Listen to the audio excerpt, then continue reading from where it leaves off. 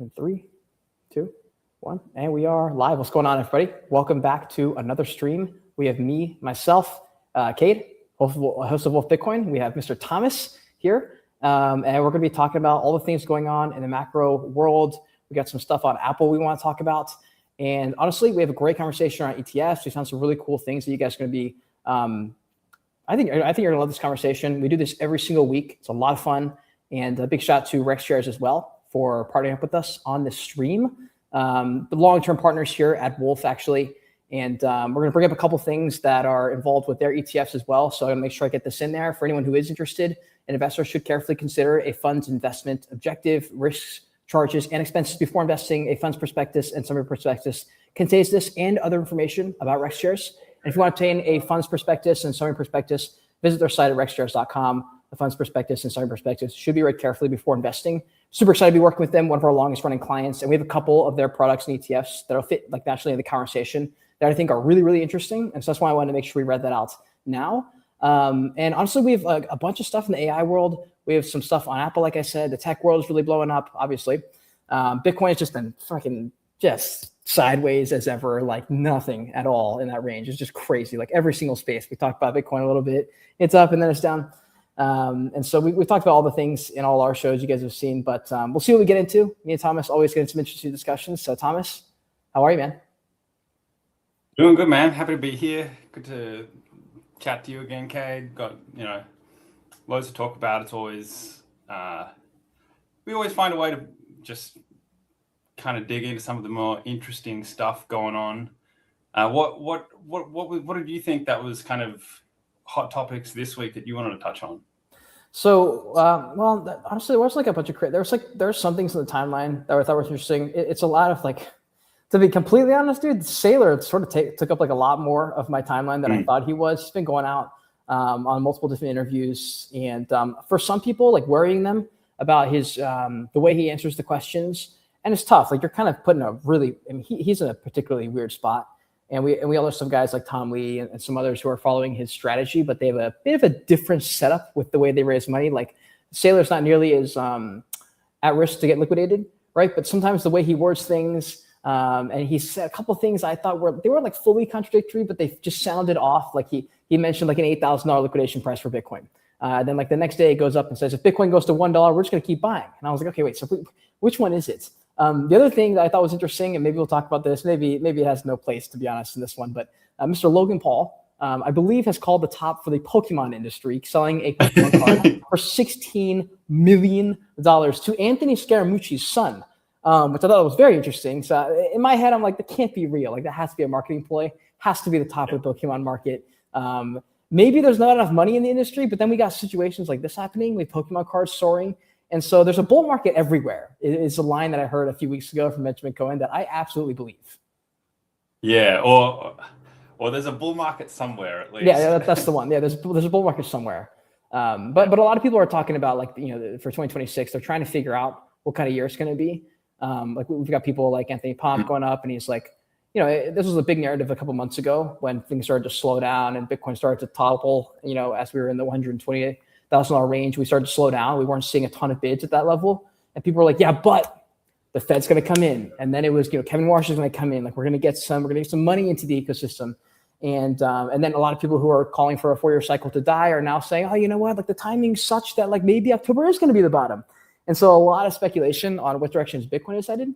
And also fear, of the stock world. Is it too good to be true? Every single time a stock kind of like gets a little shaky, people get really nervous. And like the words of Michael Burry saying sell a few months ago are probably echoing in some people's heads. It's been up for a good bit, but like things are starting to slow down in some sectors. And so I know there's like a general, like an unease, I guess you could say, like underneath all the feelings. I definitely think that there is like the general retail is feeling the pinch a little bit. I mean, you can see that as like just a broad market, like Bitcoin being down where it is. That's probably a reflection of retail, or maybe even better than that is like Hood being down. Because Robinhood is such a good indicator of, I guess, retail sentiment in two ways. One is like where is the stock going, but two is it's like fundamentals, right? Because it itself is the trading casino for everything. And so, you know, when that is pumping, that kind of tells you where the retail money is flowing, and when that's out, when the tide goes out, that kind of gives you an idea that sentiment is down for sure, which is interesting because, you know, stocks are at all-time highs, but clearly the inverse, you know, okay, the inverse of there's a bull market somewhere at all times is that there's a bear market somewhere at all times. And I think it's coming from somewhere.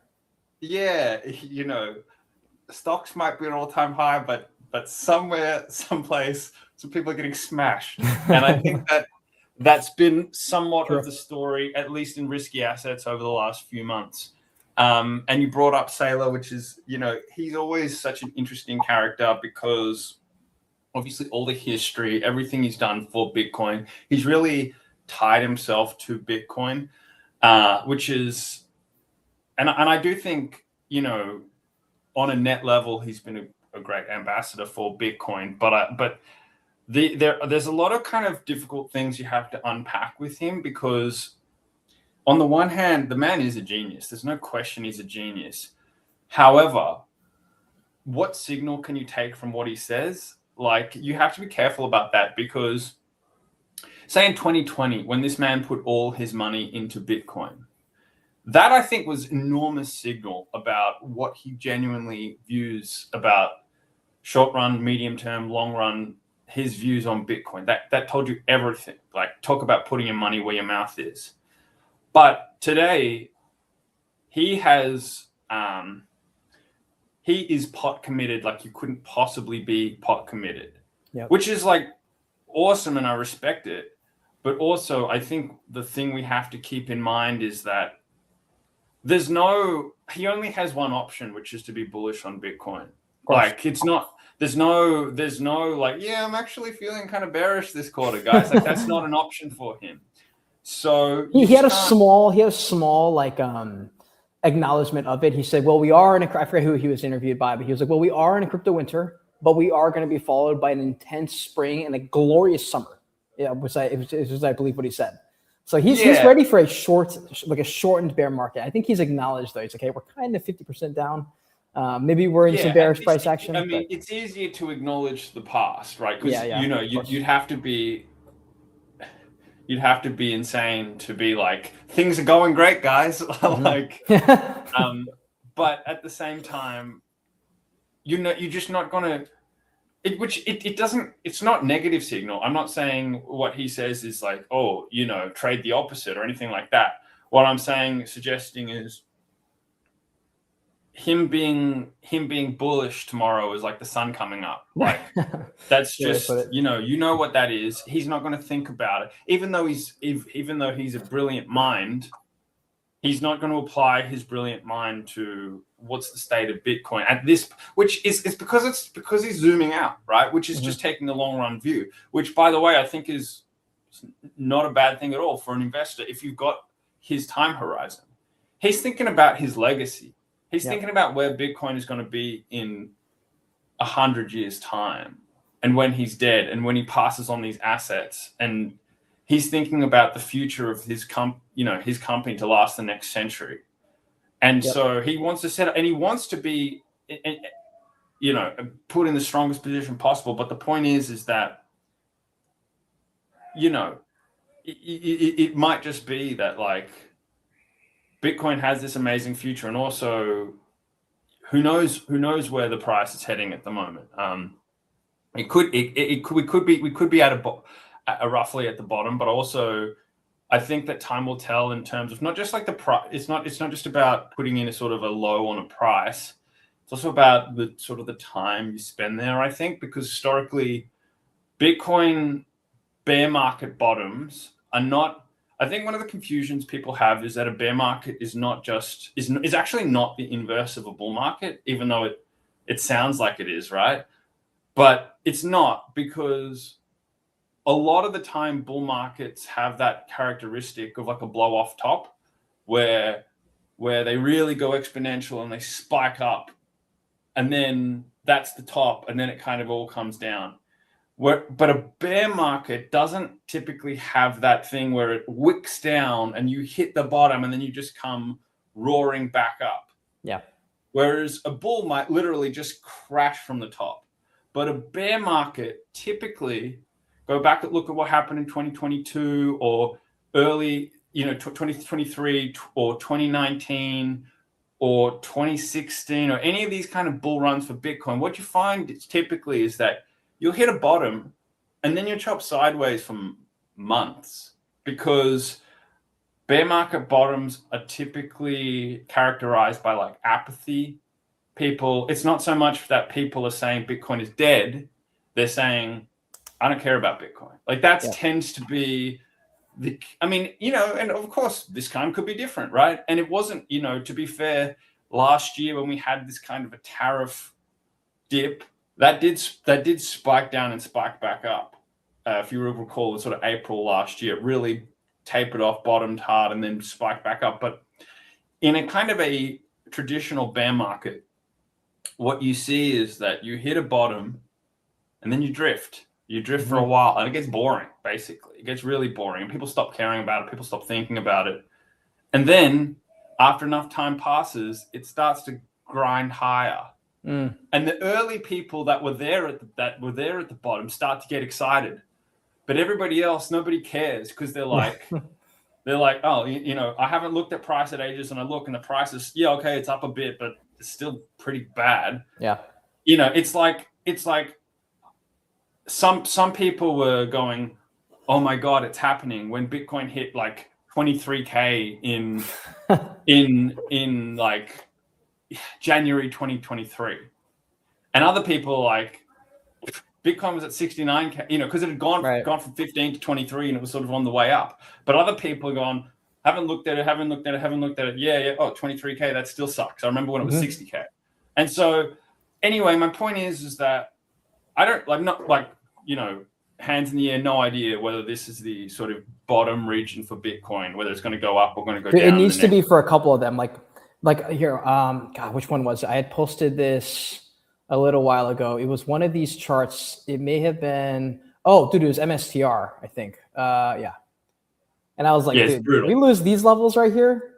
I mean, 120, 115 to $122, like this range right here. I mean, dude. I don't see your chart. Oh, you can't see my. Oh, shoot. 1 sec. Let me pull this up. There we go. So this is like a post I made earlier. Yeah, it was around MSTR, so zoomed in. Then I went into the zoomed out one. I was like, brother, we're at a level where if we lose this and we start to get worse and worse, and we start to close dailies and weeklies below these levels, it is not going to be good, dude. Because that's quite a good drop from there. It's pretty nasty. There's no question. And look, God knows there's some Bitcoin Twitter influencers, won't name names, but certain guys were really pushing strategy really hard at the top, and really pushing, got these videos out there talking about, attack the tail and buying, like going, in other words, attack the tail, because what they're talking about is going the call option ladder. And there were Twitter spaces of all of these people that, you got 1,000 people in the space, and they're all talking about their long call MicroStrategy, or MicroStrategy is $450, because they're talking about, we're going to buy it at strikes of $900 and $1,200. And obviously it all went to zero, and it's pretty ugly. It's pretty ugly stuff out there, and it's nasty stuff. Very unfortunate.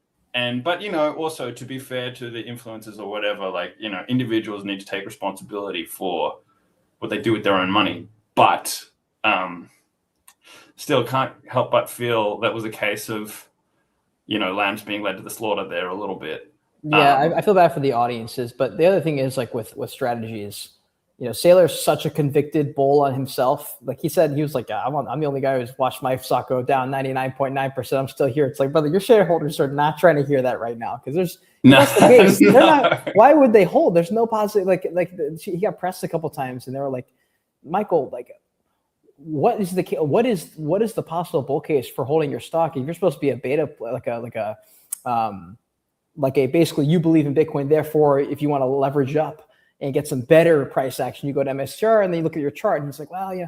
So it's like, it's almost a good and bad thing. It's like he's got a stretch, which is a really interesting one, paying you out dividends, where I'm like, that's one I can see an argument for. But it's sometimes tough for me to see like what is going to be the play. Like I don't really see a world where strategy is buying up their own stock when they could buy Bitcoin.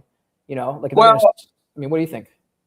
I think that strategy at this point in the cycle is a great leveraged bet on Bitcoin if you want to be leveraged bet on Bitcoin. As in, go back 12 months ago, it is trading at 2 times MNAV, even higher. Yeah, that's true. That's when you get wrecked, because you get all the MNAV compression and then Bitcoin price goes down. Right now, it's, they own $50 billion of Bitcoin, right? And it's a $40 billion stock. Yeah. So they, you're actually buying Bitcoin cheaply. You've got leverage if you own the stock. Now, the problem is that on one hand, it's like extremely cheap relative to Bitcoin, historically speaking. On the problem is that, of course, Bitcoin could go down. And so you might be, I happen to think it's like a really attractive strategy. Is like, if you're bullish on Bitcoin, I think strategy is like in a really nice, attractive spot today. Not a year ago, but today it is. Trading at, 0.8 times its MNAV. The problem is that on a short-term basis, I mean, the Bitcoin chart looks pretty ugly as well. And Bitcoin, as we talked about last week, seems to have this correlation, which we're waiting for it to break. But right now it's got this correlation with software stocks, and all the software stocks are nuking because AI is making SaaS really questioning the fundamentals and the lifetime value of SaaS, all these SaaS products, nuking all these software stocks. Bitcoin is correlated to it on the downside. Mm-hmm. And so, strategy on the one hand looks pretty cheap to me relative to Bitcoin. Like, it looks like a great leverage bet option for Bitcoin if you want to be leveraged long Bitcoin. The question is that the bet you want to take? And I'll say right now, it's like, it's for me, it's so toss of the coin in terms of where it's all going. I do think Bitcoin is like, when you look at its 200-week moving average, it's pretty much there. On a lot of metrics, it's like really heavily oversold. I mean, it's just been so smashed so quickly. Like, you would think that it's not too far from the bottom. You hope not, dude. You hope not, because we lose these levels, dude. The mid 50s. We gotta really. It's kind of crunch. It's a little bit crunch time, kind of right now. Yeah, equally. Bitcoin has a nature of has a tendency to get extremely expensive and extremely cheap at various points in the cycle, and that's just something we've seen historically. You could argue last cycle it didn't really have a period where it got extremely expensive. There wasn't this is my opinion, but I don't think 120K was this insane top. That was a double of where it was now, but also where it was 2 years ago. It's not the kind of thing we've seen in past cycles where 2021 Bitcoin topped at 70K, but that was 10x higher than it was 12 months earlier. Yep. This was different. So because it was such a muted upside, you would think there's probably a muted downside, but equally, that's what I've heard. Equally, you don't, nobody really knows on this stuff. So it's very tricky. It's not, I don't think anyone would be absolutely shocked if it fell to 40K. Like, I don't think that would be shocking. It would be maybe a bit surprising, but it's certainly plausible. Equally, we could be pretty close to the bottom. My best guess is that we're close-ish to the bottom, but equally, it's not about to do a V-shaped recovery. It's probably just going to trickle sideways for an extended period of time. And typically, it does. If you are at a bottom, in a bear market. Typically it goes, yeah, we're roughly at the bottom, but we're going to chill here for 6 months. I mean, that's what it's done many times before. So that's just looking at the history of it. Nobody really knows. And also, to be fair, I think one of the interesting things about it is that, and this is the nature of like people with time and stuff like this, is when people think about the future, we tend to acknowledge that there's like many possible branches and it could go any kind of different direction.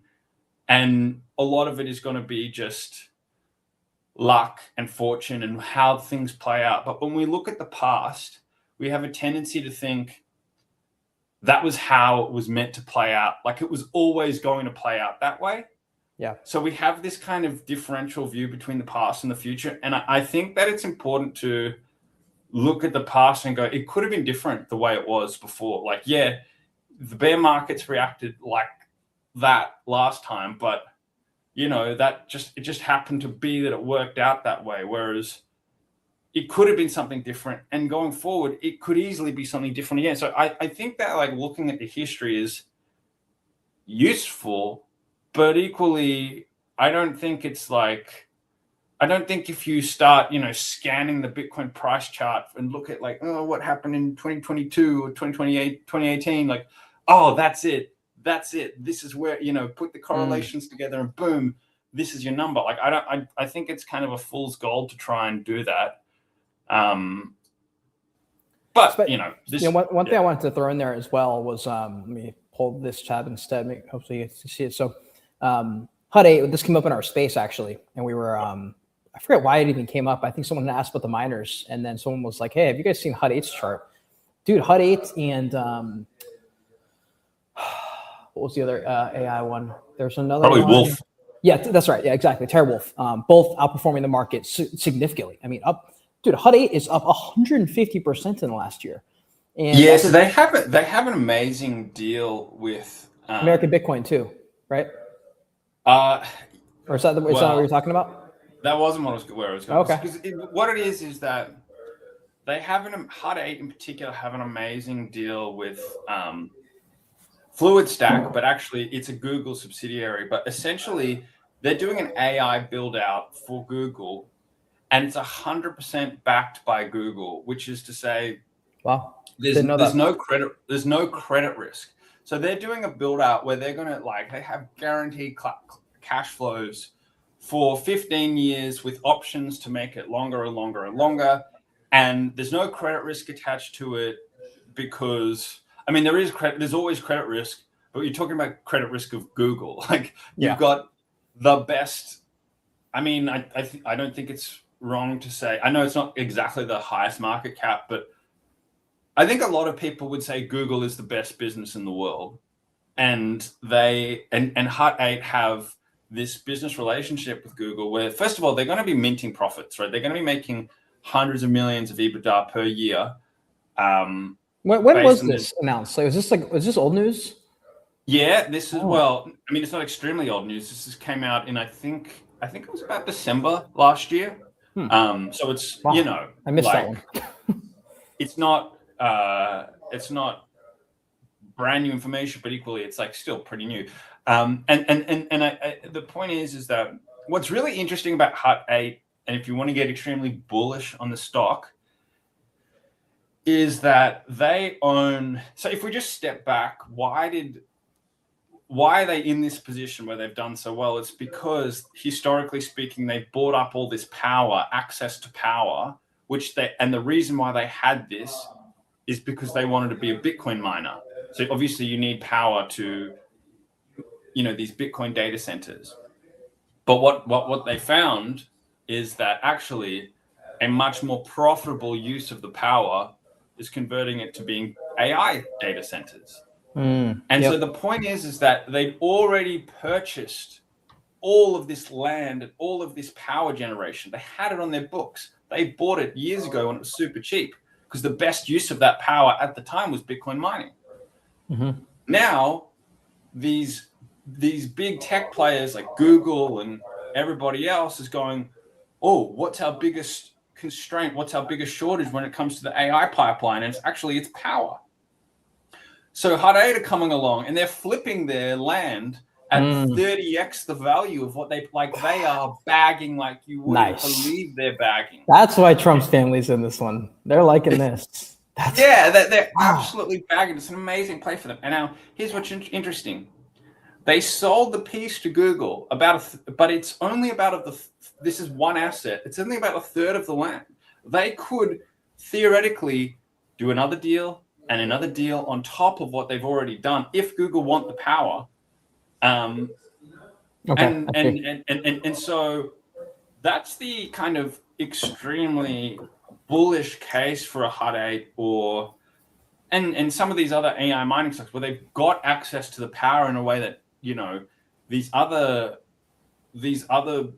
like, well, the people that really wanted Google's, Facebook, etc., they need that power. So they're able to just essentially flip these assets it's not just a pure property play, because they are actually building out, like doing some of the, you know, the build out of the AI data centers for them. So I think I don't want to try and simplify it too much to say they don't have expertise in-house in terms of genuine expertise, knowledge about building out the data centers. They do, but it's not because of their brilliant minds that they're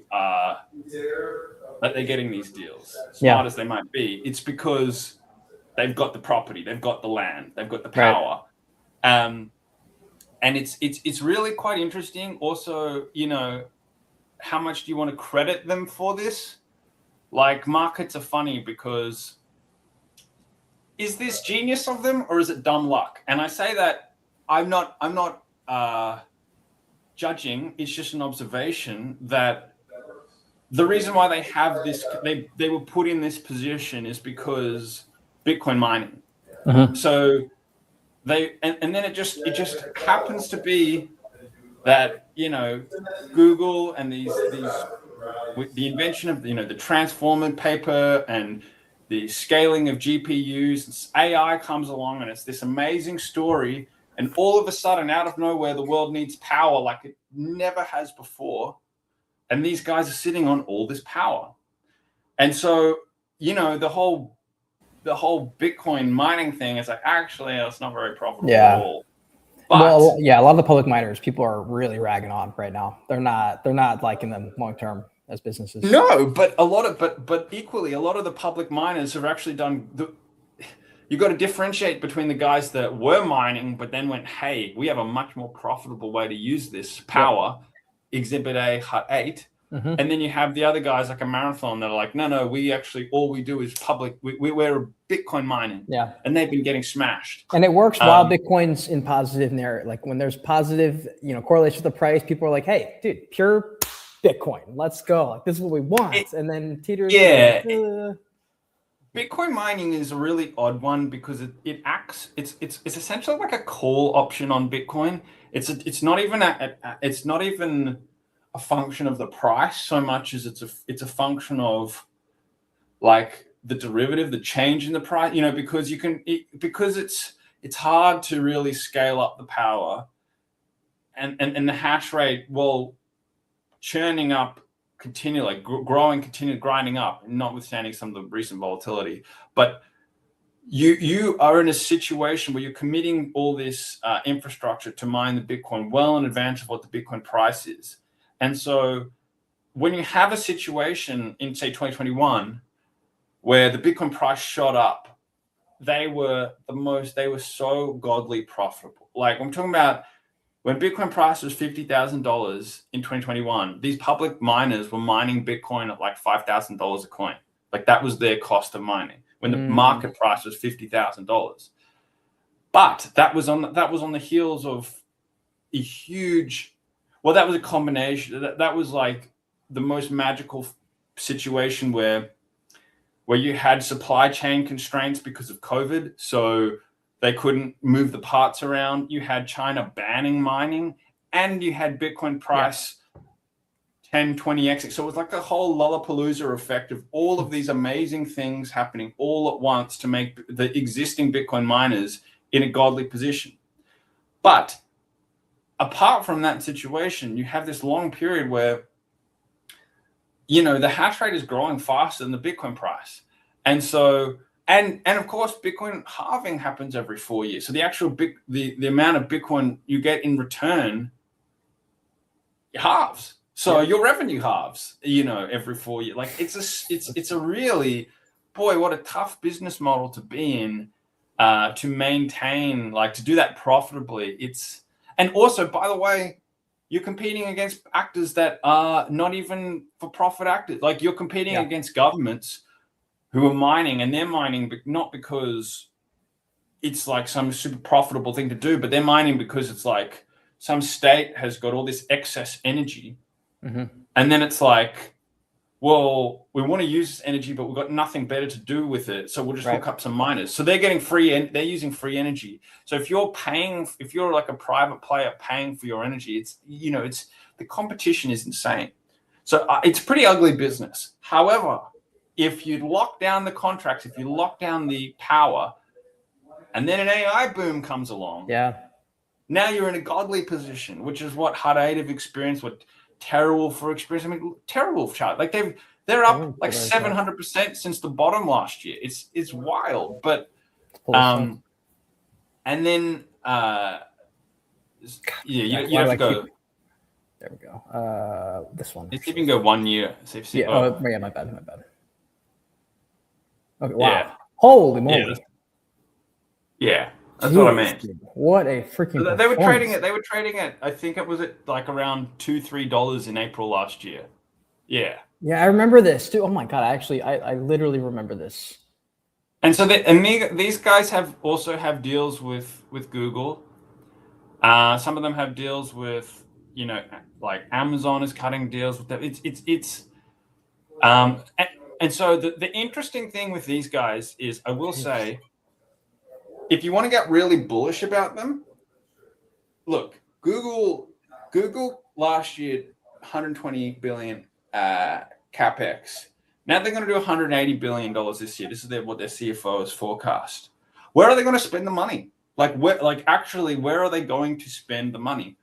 Chances are it's on this AI infrastructure, and chances are they're going to need these power, like the power that these guys have. So, look, I mean, I don't know. I mean, it's tough. These stocks in particular, they have such an insane beta to the market. Like they will go up and down 5% every day, regardless. Like it's so wild. You'll have the index will move 0.3%, and they'll just go down 4 or up 5 or whatever. They're so volatile, such high beta stocks, incredibly risky. Could easily see them halving from here, but equally could easily see them massively bagging, because they, if they just keep, every time they get a deal, it's just gonna be, oh, signed a deal with Google, here's another 25%. Signed a deal Amazon, here's another 20%. And chances are, and this is where it comes down to, do you think they're going to get these deals or not?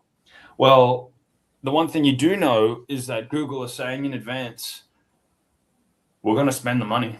So, that's the one thing you do know. So it doesn't guarantee anything, but you do know in advance that Google is saying they're going to spend the money. And equally, part of it as well is, of course, you have to make a somewhat of a call on how bullish are you on the AI sector. Anyway, in the sense of, if you think that, because if you're really bullish, you're going to go, they're going to spend the money this year, and then that's going to grow by 50% again next year. Actually, speaking of all this conversation, can you bring up the chart I sent you earlier about the CapEx chart? Thank you. This is perfect. Perfect transition to this. It's so tied into what we're talking about here, where there's absolutely massive CapEx growth.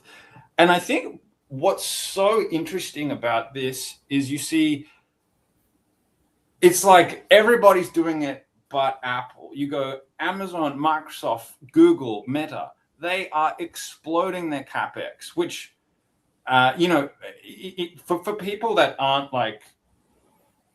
maybe they haven't done accounting or whatever, they're not exactly sure what that means. Just to be clear, it's their investment into assets. And these assets is basically, they're taking their cash flows, and instead of returning, like Meta, minting money off Instagram, what do they do with the money they're minting? Do they return it to shareholders? Well, in this case, no, they're not returning the money to share. They're making money off Instagram, but they're taking all of that money that they have and they're investing it into data centers. Yep. And they're investing it into building out infrastructure for artificial intelligence. Similar, it's the same is true of what Google and Amazon are doing. It's a massive. They're taking all of their cash flows, really all of it, and putting it into this investment. And the question, of course, is what's the return on investment going to be? And the interesting thing is that these guys are smart guys. I mean, these guys are the smartest guys in the whole world. That's why they are the CEOs of these companies. And yet, and so they're making the big bet that we're going to invest everything into this AI race. Yep. And yet equally, Apple, several $1 trillion company, CEO Tim Cook, by the way, really smart guy too. Like, by the way, he's smart too. And he hasn't made that bet. He's gone the exact opposite bet. So Tim Cook is not investing the they will be either returning the money to shareholders, probably, in the form of like share buybacks or dividends, or but the point is that Google are not, or keeping it on their balance sheet in terms of Apple historically, they like to be in like, for whatever reason, they hold the cash on the balance sheet. Yeah. But the point is that they are cashed up. Like, they will hold hundreds of billions of dollars in treasury bills and this sort of thing. Whereas when you look at the amount of cash that these other big techs have, it's all being deployed. It's all being deployed. And it's a massive blended back and forth with each other. Well, yeah, you start getting well, that's the other thing. You do get to these circular deals, which we can talk about as well. And certainly that's the big thing that NVIDIA is. That's the big criticism of NVIDIA. But NVIDIA isn't on this chart. But the reason why NVIDIA as a stock has absolutely roofed over the past handful of years is because it's been the big beneficiary of all this investment from, like these, when you look at these big tech companies spend, they are the customers of NVIDIA, right? They're the ones spending on the chips. They're buying the chips. Or at least they're like spending it on other people. Other people are buying the chips and they're leasing the chips or whatever. But the point is they're involved in the ecosystem.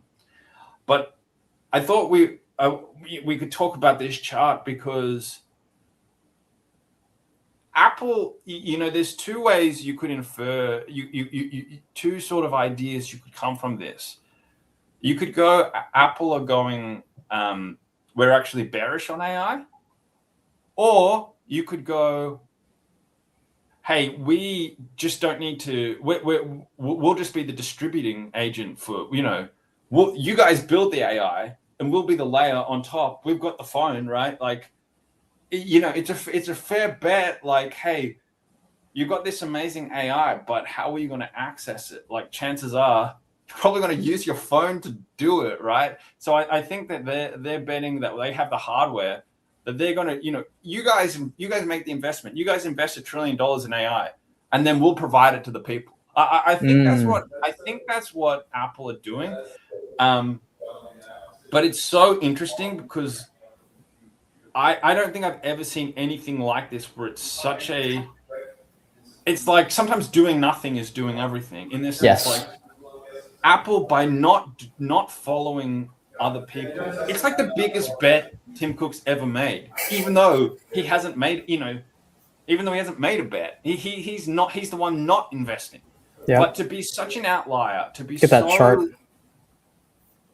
Yeah, I mean, Apple is cooking like it always has. I mean, the criticism of Apple is it hasn't really been innovating, but I think the Apple board and Tim Cook and everyone else would go, look how much money we're making. Like, what do you mean innovating? Like, aren't we a business? Isn't our purpose to sell product and make money? And as long as their MacBooks and iPhones are still working. I hate that they stop working after a couple of years. You have to buy a new one. Maybe that's part of their strategy here, and that's why they can just afford to hang and vibe. But I mean, dude, stockholders are gonna be happy. They're continuing to win. the products are solid still. It's like, man, it's tough to argue. And I think also Apple have been just a little bit burned in the past, and this is just my speculation, but they did, mess around with like investing in Apple cars and this sort of thing. Sure. And it really went nowhere. And then they've like, scrap this. What are we doing here? And, every time they try and do like, realistically, they haven't had a massive transformational product in quite a while.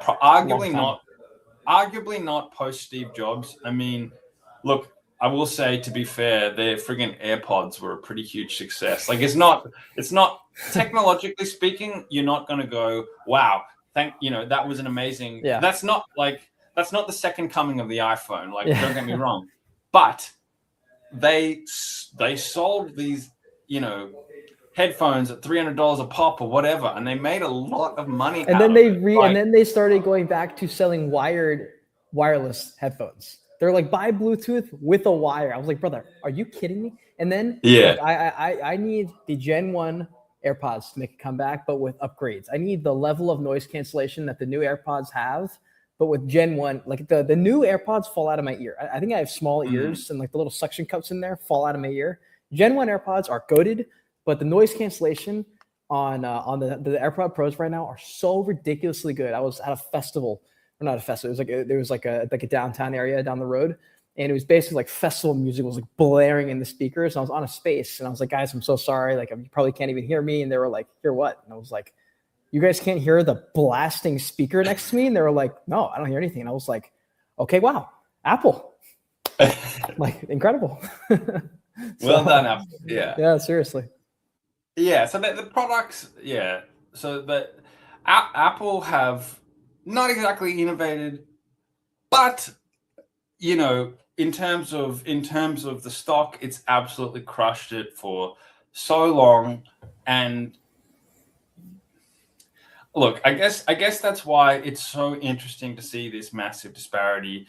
They're making a huge bet, and what's really interesting about this as well is that, like, Tim Cook's, he's getting old. It's interesting because he will probably be retired and out of the job by the time we know for sure whether this bet was the right bet or not. Wow. Like, it's a funny one. I mean that maybe, look, to be fair, people are working longer, and like this guy, he might be one of those CEOs that's just going to he's just going to work really into old age. But equally, he's been on top for 15 years now or something like. It's been a long time that he's been in charge of Apple.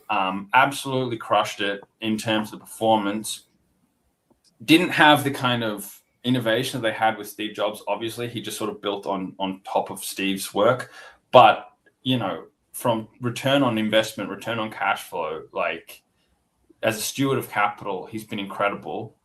And anyway, I think that's where it's an opportunity if you want to get bullish on Apple as a differentiator, right? Because I do think that the return outlook on, like last week we talked about the FANG stocks, like all of these guys plus a few more. What I think is interesting is that there's going to be a bifurcation. Like, there's no reason really you would expect Apple and Meta and Google to be all that correlated in the next few years. Because I honestly think one of them is, like, Apple is either going to be a massive winner out of this move or a massive loser. Not sure, but it's kind of going to be one or the other. There's no way. I just can't see a world in which it's so unlikely that we see this situation where, all their returns are kind of the same, which is what we've seen at various points in the cycle in the past, where you go, pick an Apple, pick a Google, whatever, it's big tech. To quote Michael Saylor at one point, I was like, they all look, Apple, Google, Amazon, they're all like big tech monopolies to me, which is a great line. But it's different now. It's different because Apple haven't done this investment in AI, and they're going to either crush from this choice or they're going to be totally left behind. And it does create that economy. Anyway, I guess wanted to toss it to you as well, because we were talking about the sponsor for the show, essentially. Yeah, I was going to say, like, fits in very nicely because it's just we brought these up, like these double X leveraged ETFs for, especially for the traders out there who are bouncing in and out of positions and stuff. And we just talked about Apple for a little bit, and we had this one called AAPX from Rex Shares. Big shout out to them for sponsoring the show. But this is one of their ETFs I thought was really interesting. They're up 20% in the last 6 months. Obviously, real choppy. But if you're following Apple, it's the same with like MSTR. Like we pulled up one a couple weeks ago. It was anti MSTR, and then there was a double X long and a double X short MSTR. And so like oftentimes with Rex, they've got both of those going a lot of the time. And there's all sorts of options out there for people who are trading of just like alternate assets that you can be trading and investing in. And this was really interesting. Like if you're like, hey, I'm fully down with Mr. Tim Cook. I think brother's going to pull a Warren Buffett and be around for another 50 years kind of thing. You're following Apple. There's tons of opportunities to trade them. And if you're looking to get, obviously you're going to have double X the risk trading these things. But if you're confident in your trading ability, there are tons of options. And so, yeah, big shout out to Rex Shares. Again, AAPX, double X long Apple Daily ETF. Really interesting stuff. And they've got a bunch of really, really cool assets, honestly.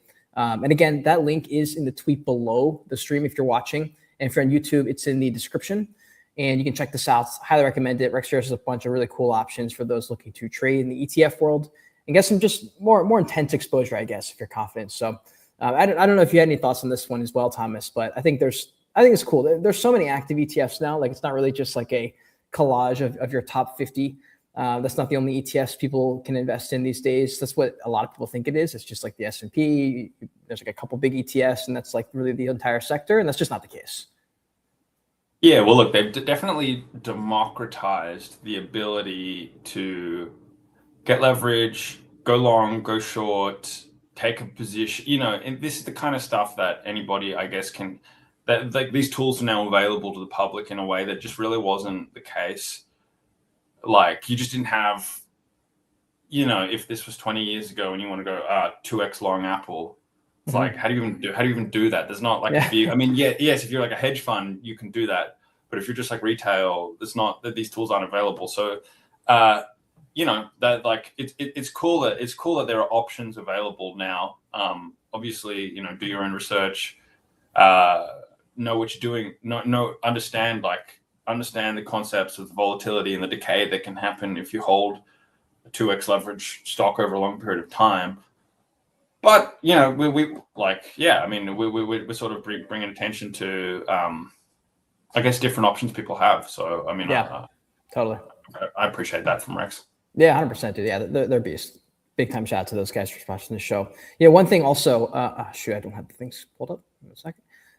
This is from the ETF Trackers account. And by the way, if you guys are enjoying the stream, definitely give us a follow here at Wolf and follow Thomas as well. We have they're right above our face. If you're watching on X, we should be tagged, and obviously we're hosting. So just head over to the account and definitely hit that follow button. If you guys are enjoying these discussions. And if you're on YouTube watching on the ETF Tracker, definitely subscribe. A lot of great content coming out. This is from the ETF Tracker's X page, closing ETF map from today. I didn't know, there's obviously a bunch of sectors here. If there's any that you pay attention to in particular, Thomas, or think there's some interesting attention, obviously, the first one that popped up was the big bright red in the corner, which was unfortunately our sector of crypto and Bitcoin. But there's all sorts of different areas in the industry that people are paying attention to. And so didn't know if anything here kind of jumps out at you. Look, I suppose one idea that I did see, which I thought was very, very interesting, is Stanley Druckenmiller in these latest sort of 13F filings, which kind of shows what position he's taken in for investing. And he's actually longed an equal weighted index of the S&P 500, which is to say, in other words, a typical investment in the S&P 500 is by a market cap weighted index, which means you're much heavily invested in the biggest companies. So you'll have like 35% of your investment in big tech because obviously, like the big companies like an Apple or something is going to far outweigh some industrial company.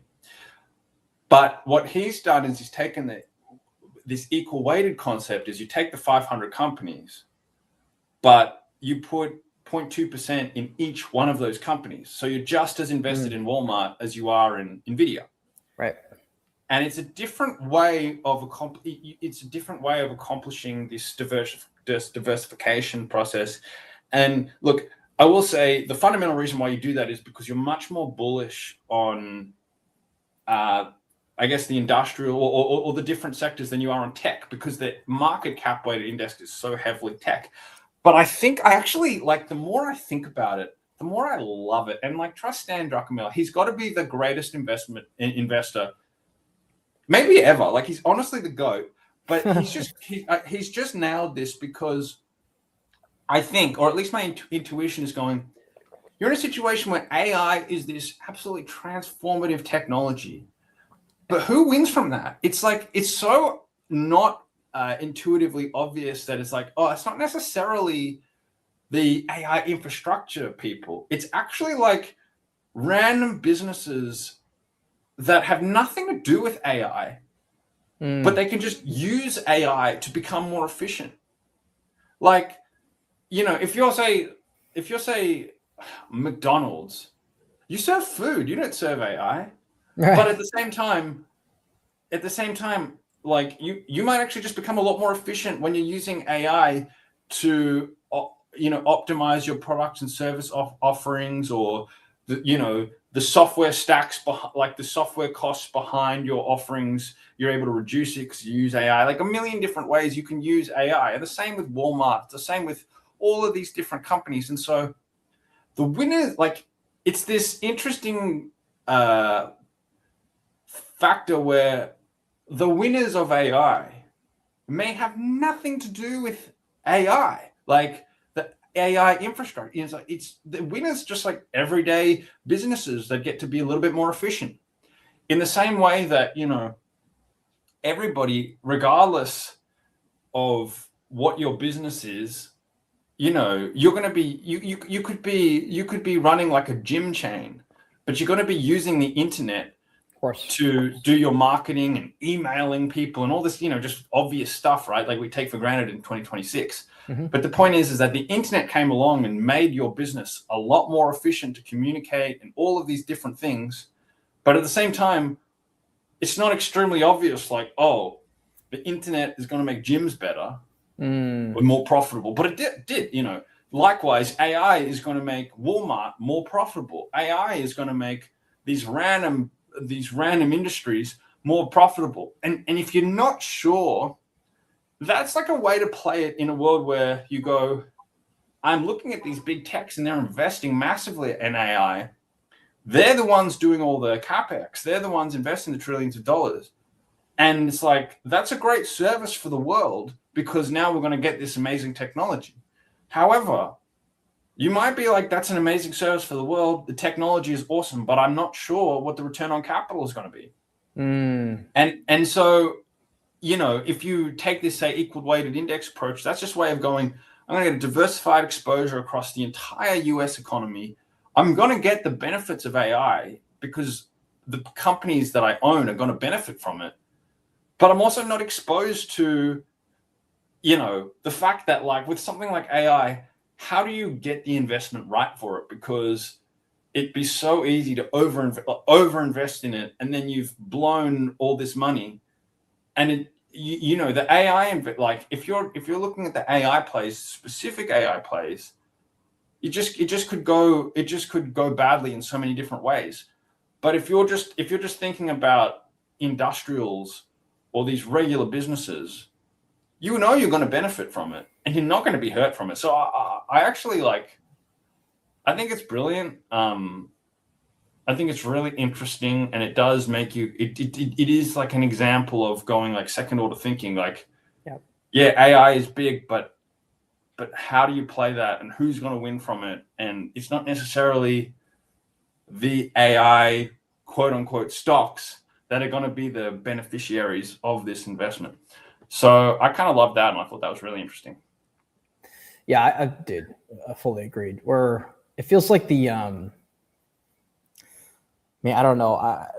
I had mentioned, like, really early on in this stream of, like, the general, like, unease of a lot of people in the industry, because there's so many It feels like there's so many tailwinds and headwinds at the same time, but we're kind of trudging forward up the mountain still. And I don't know. Like for me, it's tough because we have like the stock market grinding up, commodities have obviously, and especially the metals have just grinded up, and the Bitcoin's just gone opposite direction. It's not trading like anything.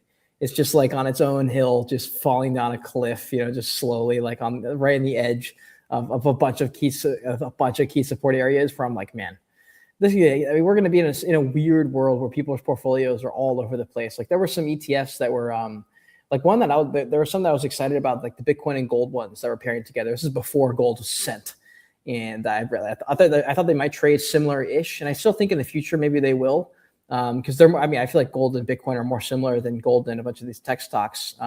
It depends a little bit on what people end up caring about as like the top characteristics of Bitcoin moving forward. Like if it ends up being the fact that it's super liquid, like maybe it's not as related to gold, maybe it's related to something else in the future, or maybe people really love the fact that you can cold storage it, whatever. I'm not exactly sure what the market's going to care about, since clearly right now the only thing that anyone cares about is the price. They don't really care what it does. Most people don't know what it is, and especially like the ETFs. Like we got in the ETFs came in, and for a few months there, everyone was like, "This is what's going to take us to the moon."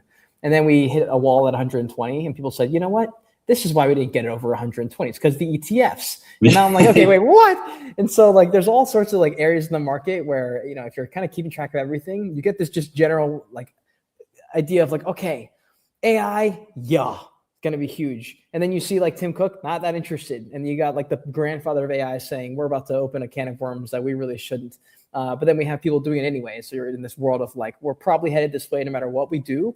And certain stocks keep continuing to descend. And then we have other sectors like Palantir, which stumbled a little bit.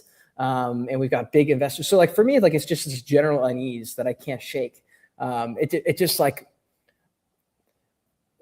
I don't know, like I don't even know where. Like sometimes I just don't know where to park the money. Like where is the safe spot? Like as soon as you find one that you think is stable, it just starts to crumble away, and you're like, God, I should have just stayed in that one over there. And so I'm not sure, man. Well, I do think that when you don't have an amazing idea, then that's where diversification is, and is so valuable. I mean, I think like, the fact that Stan Druckenmiller is investing in this equal weight index, like that tells you that, like as I said, he's like, this is the LeBron James of investing. He really is. And if he's going equal weight index, that should tell you that like maybe it's not extremely obvious what to do. Yeah, maybe it's not extremely obvious. The number one investor is saying, diversify into everything. It's all going up, Laura. And the other thing is like, you don't have to have an amazing idea at all times. And equally, like if you can have a diversified portfolio that does well for you, that's awesome. You don't like it's not like you. I guess what I'm saying is you don't always have to be shooting for how can I do think a lot of people, and I'm not talking about older generations, but people in their 20s, 30s, even 40s, some people have the tendency to be like, how do I double my money in the next 6 months, triple my money? And it's like, when you have these kind of return expectations that are not aligned with the market, that's where you make mistakes. Like sometimes it's like, how do I not lose my money and also grow it a little bit? That's important. That's important too, because over the long run, like great ideas will come, right? Life is long. Like in the next, if you're paying attention to markets, you're going to have some great ideas, but it's just not going to be the kind of thing. Like the point is that, like, okay, when you're 60, I'll be like, what was the best investment idea you had when you were like in the 2020s? And you'll be probably able to tell me the one thing that you did that was like crushed it. Yeah. But at the same time, if I said to you what was the best 20 ideas, it'd be like, actually, like it's very unlikely, right? So the point is that I do think that you want to be playing it in such a way so that it's like, don't die, or in this case, in the portfolio case, it's like, don't get wrecked. Yep. And then at the same time, when you have a great idea, yes, pursue it, of course, because that's like, you don't, great ideas don't come around all the time. But I also think it's fine, like if you're in a situation where it's like, I actually don't really know what to do, like that's fine. That's actually probably the default state, right? That should be. And honestly, you probably have to question yourself if you every week you think you've got this amazing idea, it's like really, or are you just not scrutinizing it enough? Because probably you're not, actually like really great ideas are hard to come by. Like they happen, but they're just hard to come by. Yeah. So I think it's fine. I think it's normal. I think it's healthy, basically. Yeah. Something you just said there. It was apparent to me when the NFT boom had kicked off, when we saw brands pop up, and then people would make what do you call them?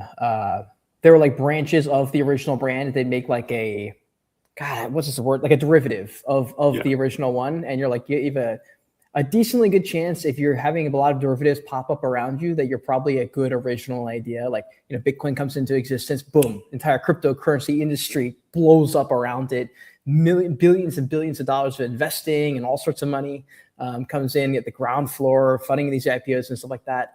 And you're like, okay, maybe there's something around these digital currencies, something around, peer-to-peer transactions, or so there's an idea here, and boom, like an entire marketplace and industry pops up around it. And here we are, 10, 15 years later, we're talking about it on X as a job. It's like, it's unbelievable, honestly. And so I agree with you. Like, there's no way to predict some of these things. You just got to stay in the game. And ideas will come, like you said. I really like that analogy. I think it's a great one. And yeah, man, honestly, I think that's a great place to land a plane, especially for those who are investing out there. Like, if you're not exactly sure what to do, I think Thomas's advice was good. Like, look at Drunken Miller. He's also an excellent investor, maybe the best, maybe the LeBron James of our time of investing. And he's literally saying, I think you just got to buy it all, dude. You can't stay in cash. You can stay in cash, but like, generally not a great habit. If you got a bunch of stuff on the side and you're trying to grow your portfolio, like you have to put it into things that are going to go up. And right now the dollar is not headed that direction. It doesn't look like, at least. So yeah, it's a very strong position to take, to be really, really heavily cash. I mean, it's just an extremely bearish position to be, which that can be a great idea. If you have a moment in time great idea, which is to be in cash, that can be a great idea. But the point is that you can't, like, if your idea is I'm going to sit in cash for years, like you're bleeding, Agreed. and it's really unfortunate. But I think that's right. Yeah, I fully agreed. I mean, if you're like me, you're a little bit crazy. You want to invest in yourself. If you're doing businesses, like, that's one thing. But that's like technically not. It's cash, but it's like cash for a purpose. Like, don't just have it sitting in some pillowcase or something like that under your bed. Like, that is not the move. If you're watching these streams, it's probably not you. But if it is you, it's time to get off the streams and to go figure out some stuff for the investing side. There's tons of resources out there. Definitely be sure you're following here at Wolf if you enjoy these kinds of conversations.